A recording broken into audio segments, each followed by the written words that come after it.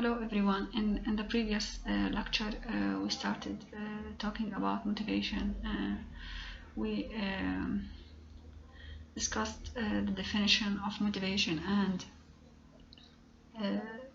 the definition of engagement, and we discussed the differences between engagement and motivation, and how both terms, or both engagement and motivation, are important and critical for establishing or improving team performance. Also, we started talking about motivation theory, or theory of motivations. We mentioned that theories of motivation are based on needs of the individuals, and we talked about Maslow's hierarchy of needs theory. We also talked about that there are some theories of motivation that are based on extrinsic motivators and intrinsic motivators. So in this lecture we will continue talking or discussing theories of motivation that we started last lecture.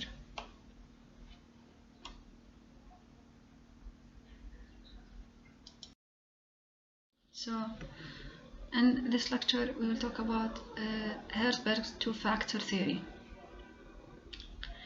Herzberg in 2003 modified Maslow's needs theory and consolidated down to two areas of needs that motivated employees.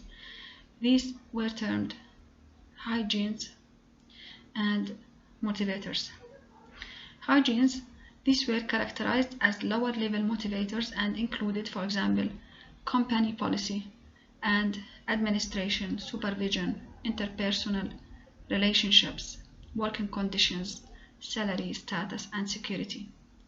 So, regarding hygienes element in Herzberg's two-factor theory, so it's two-factor because it consists of two factors or two elements, which are hygienes and motivators.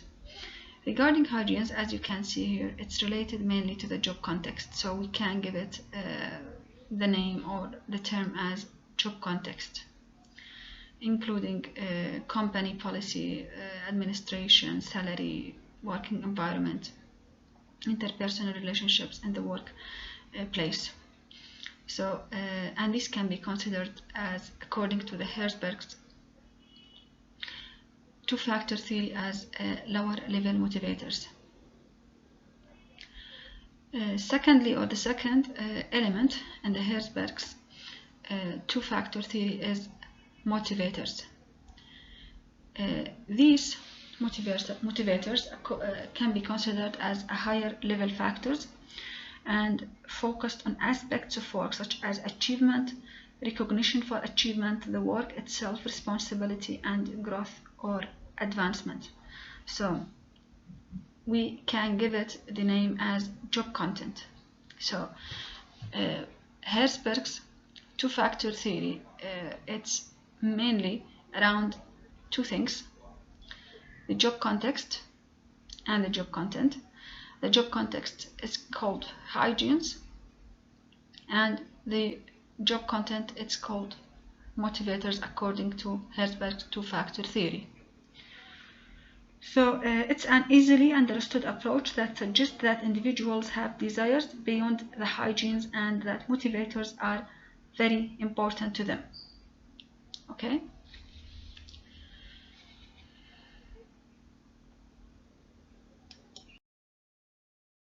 So now we'll talk about McClelland's acquired needs theory. According to this theory, or what makes this theory different, that it postulates that needs are acquired throughout life, let's say, or they are learned or developed as a result of one's life experiences, rather than being internal or innate within the human or within the individual.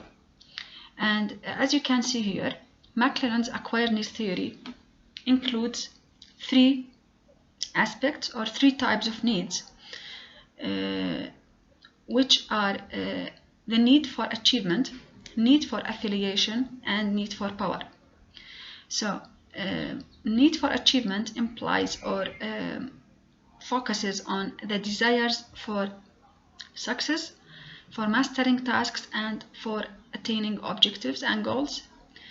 The need for affiliation, it concentrates on the desire for relationships and association with others. And the need for power, which focuses on the desires for responsibility, for control of and authority over others. So far we have discussed 4 theories. All 4 of these theories approach needs from a somewhat different perspective and are helpful in understanding employee motivation on the basis of needs. However, there are other theories of motivation that we depend on, let's say, extrinsic motivators and intrinsic motivators. We will talk about them in the coming slides.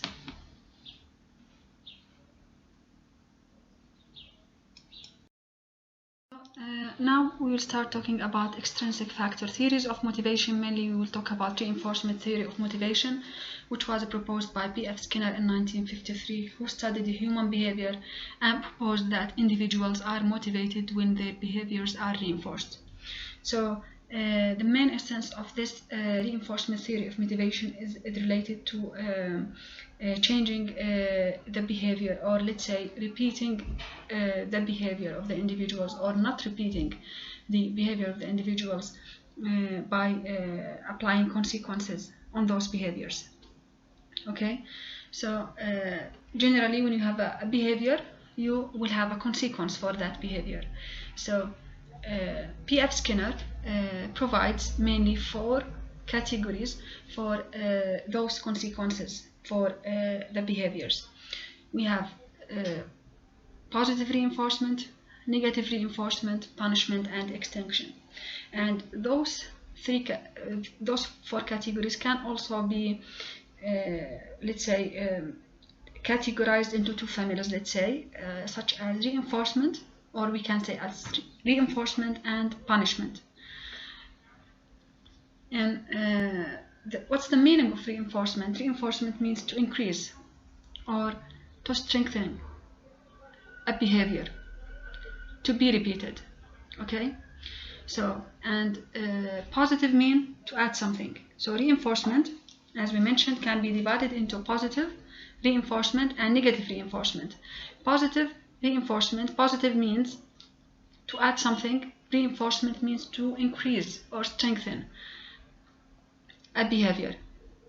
Okay, and negative reinforcement means increasing a particular behavior by removing or taking away something. Okay, so positive reinforcement relates to taking action that rewards positive behaviors. So it's anything that strengthens and increases behavior by the presentation of desirable consequences. So following a particular behavior by something pleasant. So adding something pleasant can be considered as a positive reinforcement. For example, giving a bonus for high productivity or time off, all of these can be considered as a positive reinforcement, where we add something to reinforce or to increase a particular behavior. Secondly, we have negative reinforcement. From its name, negative, or from as the term implies, negative means removing or taking away something, reinforcement to increase a particular behavior.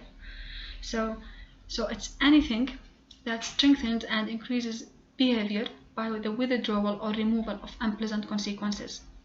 For example, let's consider an organization with low productivity can put like a ban on its employees to perform or to check, for example, or read the emails during working hours. However, when productivity improves, the organization may lift this ban and allow the employees to check or read their emails during their working hours. So the lifting of ban or removal of the ban on those employees can be considered as a negative reinforcement. So simply, negative reinforcement is a way of recognizing good employee performance by removing something negative rather than actively providing something positive. Let's say, and take another example. For example, an employee who is required to provide daily written updates on the progress of an important project may be told by the manager or the management that only weekly updates are now needed as the project is proceeding well.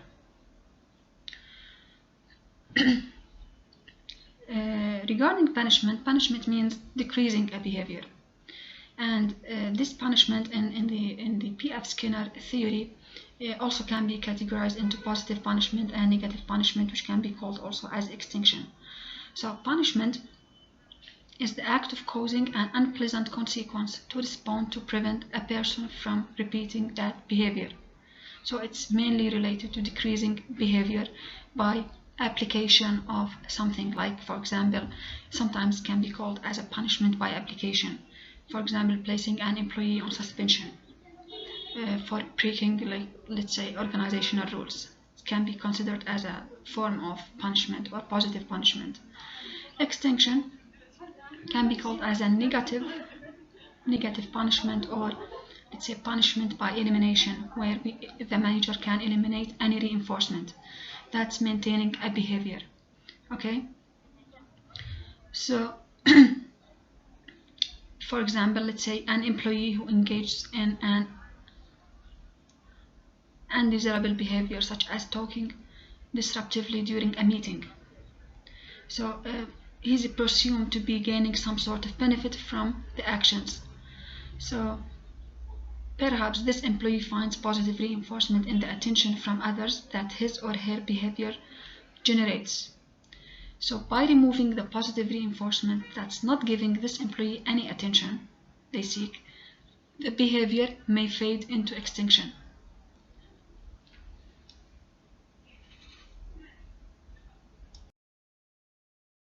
In this slide you can see again what we have discussed in the previous slide regarding P.F. Skinner theory of motivation or reinforcement theory of motivation, which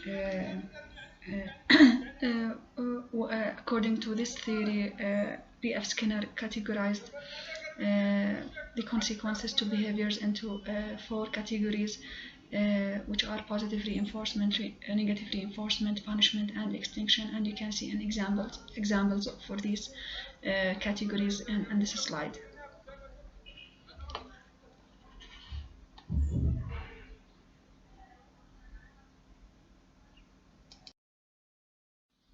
So now we'll talk about intrinsic factor theories of motivation.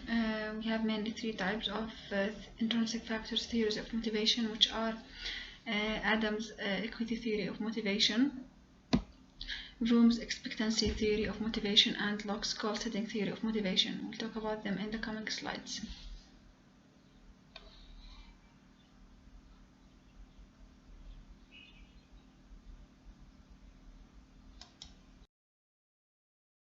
Now we will talk about intrinsic factor theories of motivation. These theories that are based on intrinsic or endogenous factors focus on internal thought, processes, and perceptions about motivation. Several of examples of these intrinsic factor theories of motivation are Adams' equity theory, Vroom's expectancy theory, and Locke's goal-setting theory. According to Adams' equity theory, or this theory proposes that individuals are motivated when they perceive that they are treated equitably in comparison to others within the organization. Secondly, we have Vroom's expectancy theory, which addresses the expectations of individuals and hypothesizes that they are motivated by performance and the expected outcomes of their own behaviors. Lastly, we have Locke's goal-setting theory, which hypothesizes that by establishing goals, individuals are motivated to take action to achieve those goals. While each of these theories deals with a particular aspect of motivation, it seems unrealistic to address them in isolation, since these factors often do come into play in and are important to employee motivation at one time or another.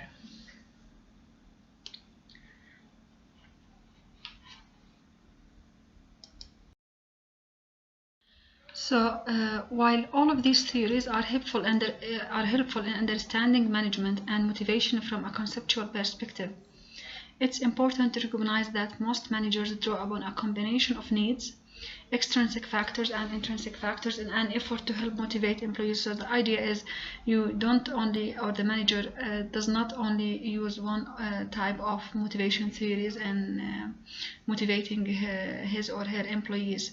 However, a combination of needs, extrinsic factors and intrinsic factors theories are used to help motivate employees, to help employees meet their own personal needs and goals, and ultimately to engage employees in and to achieve effectiveness and balance within the organization.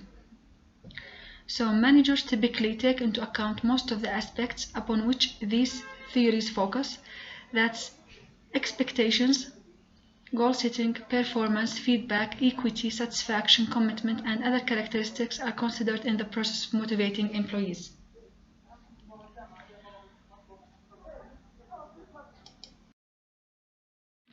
So now we will talk about extrinsic rewards and intrinsic rewards. As you can see in the slide, in the motivational framework, we have extrinsic motivation and intrinsic motivation. Extrinsic rewards, they are external things that managers can provide that may serve as an incentives for employees to become more engaged in an organization and increase their productivity. These extrinsic rewards include money, benefits, flexible schedules, job responsibilities, and duties. So these are, as we mentioned, they are external things that managers can provide.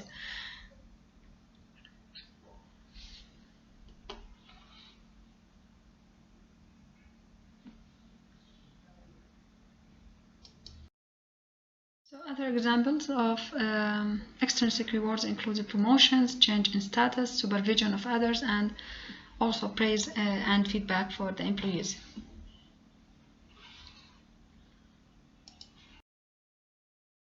So the second type of motivators are intrinsic motivators, or internal motivators, let's say, or intrinsic rewards. Intrinsic rewards are internal to the individual and are in many ways they are less tangible. In fact, they are highly subjective, and it represents the way individual perceives and feels about work and its values. Mainly we will talk about, or we have 5 types of intrinsic or internal rewards or motivators that have been summarized by Manuel in 2005, which include healthy relationships, meaningful work, competence, choice, and progress. Healthy relationships mainly comprises employees or developing or the ability of the employees to develop a sense of connection with others in the workplace. Secondly, we have meaningful work, especially in the healthcare sector or healthcare providers. Mainly, employees feel that they make a difference in people's lives. Thirdly, competence, where employees are encouraged to develop skills that enable them to perform at or above standards.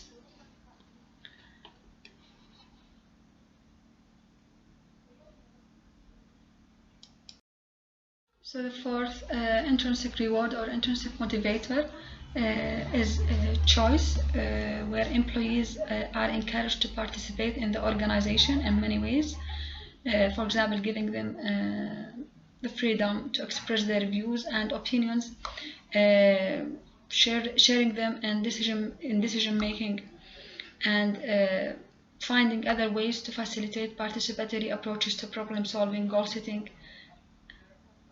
Progress, where managers find ways to hold employees accountable, facilitate their ability to make headway toward completing their assigned tasks, and celebrate when progress is made toward completing important milestones within a project.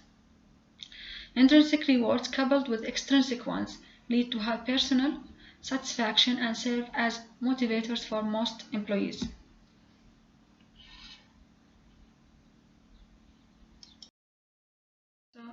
So far in this lecture we finished talking about theories of motivation. We also talked about extrinsic rewards and intrinsic rewards. Now we will talk about some misconceptions on employees' motivation and methods to correct them. So as we already discussed in this lecture, motivation is an inner desire of an individual to accomplish something due to the diverse needs. Also, we discussed that motivated employees are highly engaged and involved in their jobs, and they are also more willing to take responsibilities. We also talked about the importance of employees' motivation in any organization. However, the way of motivating employees has been subject to different perspectives. The question is, what package works well to employees, and if there are some employees who can never be motivated at all. In this aspect, motivating employees finds itself in the middle of one of the following conceptions. Firstly, as to whether employees are only intrinsically or extrinsically motivated. Secondly, if money is the only factor for motivation. Thirdly, if some employees can never be motivated at all, and if employees are motivated by a single package, what we call it as one size fits all. These conceptions have been resulting into motivation misconceptions in trying to apply them. So, therefore retarding the efforts of organization to motivate employees. So, in this lecture, we'll talk about 4 misconceptions regarding employees' motivation, misconception on extrinsic and intrinsic motivation, misconception on money and motivation, the misconception that some employees are not motivated at all, and misconception that one size fits all, or if employees are motivated by a single package, as we mentioned. Now we will start with the first misconception on motivation, which is the misconception on extrinsic and intrinsic motivation. This misconception is mainly around that some people believe that individuals are motivated by extrinsic forces or extrinsic factors or packages such as salary, job security, and so on. Others believe that people are or individuals are motivated by intrinsic factors than extrinsic factors. And those people believe that there are some inner factors within the mind of employees that act as a source of motivation to them. So again, believers of extrinsic motivation conception argue that motivation consists of external factors to promote employee satisfaction and increasing their productivity, and in this context they rely much on external packages or forces, and they consider that those factors are powerful to all organization employees and can influence their performance. An example of these factors include salaries, job security, working conditions, and the quality of supervision. So those people assumed that individuals are motivated extrinsically than intrinsically. This idea or this conception has been rated as misconception on motivation. Such conception has been acted against by Morse in 2003. According to Morse, there are bias exists in extrinsic motivation, and also that there are some people will be extrinsically motivated while others not. Concerning intrinsic motivation, believers of this idea provide that employees are mostly intrinsically motivated than extrinsic. They believe that, as we mentioned, there are some inner factors within the mind of employees that act as a source of motivation to them. However, their belief results into misconception, as not all employees are intrinsically motivated. So, continue talking about misconception on extrinsic and intrinsic motivation based on our previous discussion. Depending only on intrinsic or extrinsic factors or sources of motivation may endanger the achievement of motivation aims. So, internal and external sources of motivation should run concurrently. They must be practiced at the same time if managers are to motivate employees fairly and equitably. Relying only on one source can motivate some employees and demotivate others who do not believe in the particular source. So, management practitioners need to consider using both sources in motivating employees in order to achieve organizational predetermined objectives. However, despite the fact that both intrinsic and extrinsic sources must be used to motivate employees, managers must be keen to understand which source motivates who.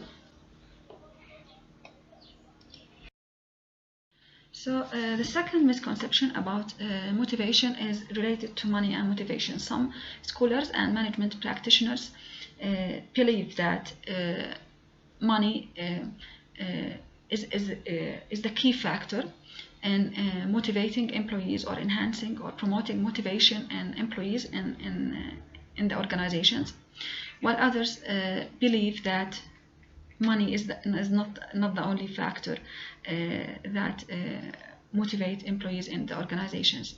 So scholars and organizational practitioners have been conceiving motivation by relating it with money alone.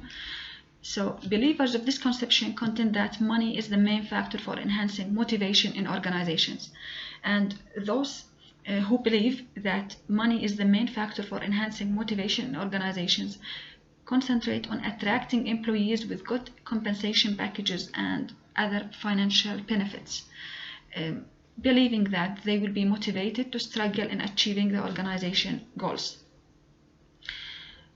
Although managers and organization practitioners honor money as a substantial factor for motivation, those who conceive it as a misconception anticipate that money motivates only to a point.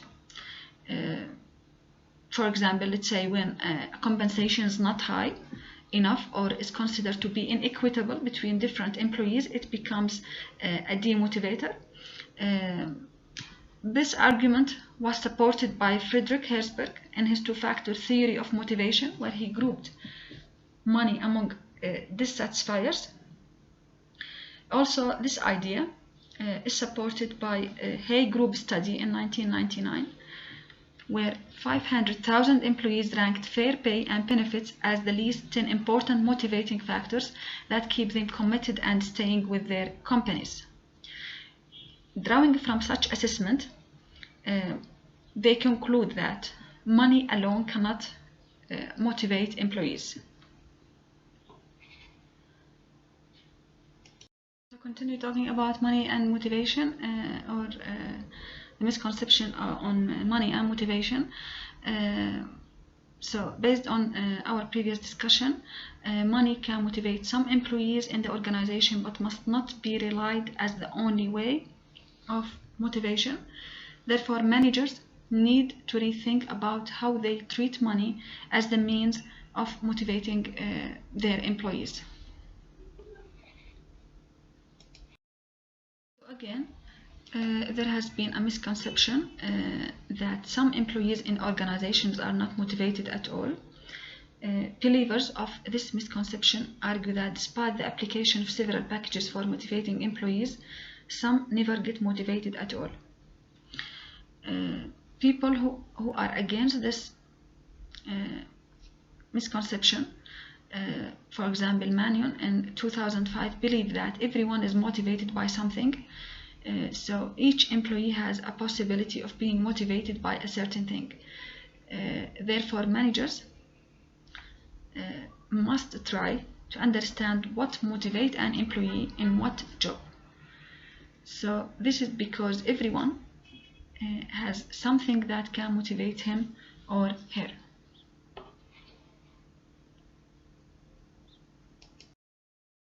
So, regarding our previous discussion about the misconception that some employees are not motivated at all, so therefore the challenging task for managers is to identify each employee is motivated by what package. So it's significant for managers to investigate what package motivate who for the aim of improving organizational productivity.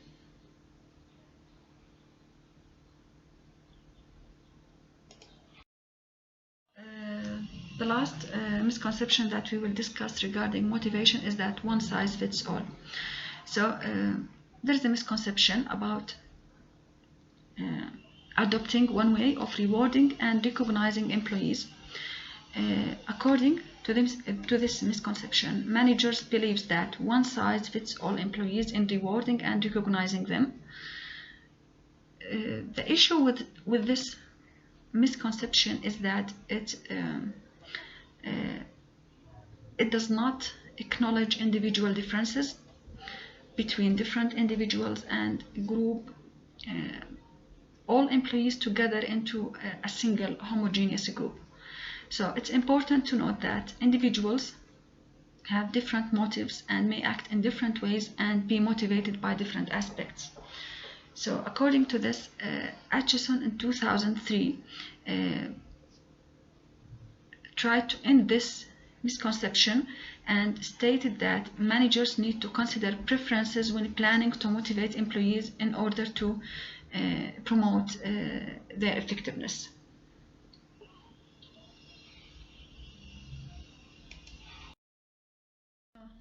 Now we will talk about motivational strategies. Firstly, expect the best, so as people live up to the expectations they and others have of them. Secondly, communicate and address the big picture, so employees are more motivated and engaged when their managers communicate regularly and keep them informed of what's happening in the organization and what is the collective purpose of the organization. Thirdly, reward the desired behavior. Managers should make sure that rewards are not given for undesirable behaviors and should make sure to use many different types of reward to achieve the desired outcomes. So managers need to do something special to recognize a desired behavior of the employee. So continuing talking about motivational strategies, we have, for example, celebration. Using celebration to communicate the importance of completed projects or progress made. Reward employees in ways that enhance performance and motivate them. Focusing on revitalizing employees, especially in the case of workload or increased or heavy workload whereby motivation is diminished and productivity of employees declines. In this case, managers can help to motivate employees by encouraging them to eat right, exercise regularly, and taking, for example, real vacations. Finding creative ways to obtain information and recognize excellence in employees, for example, doing like a patient satisfaction survey and getting the information from this survey and providing recognition to individual employees, therefore motivating them to continue providing excellent patient care, focusing on collaboration instead of competition, playing to employees' strengths, promote high performance and focus on how they learn. This requires managers to know what their employees' strengths and weaknesses are to find out what will be required to get specific employees to perform and to understand how to take advantage on or capitalize on the ways those employees learn as an alternative method of encouraging and motivating them. Giving employees 3 compliments for every criticism. So some researchers state that compliments and criticism are supposed to be balanced. However, the truth is that the employees should be given 3 compliments for every criticism. So if you give a staff member one compliment and one criticism, according to a particular research, this equals to a negative relationship. And if you give a staff member 2 compliments to 1 criticism, this will be equal to neutral relationship. But if you give a staff member 3 compliments or for every 1 criticism, this will be equal to a positive relationship. And finally, acknowledging the importance of work-life balance and employees' well-being.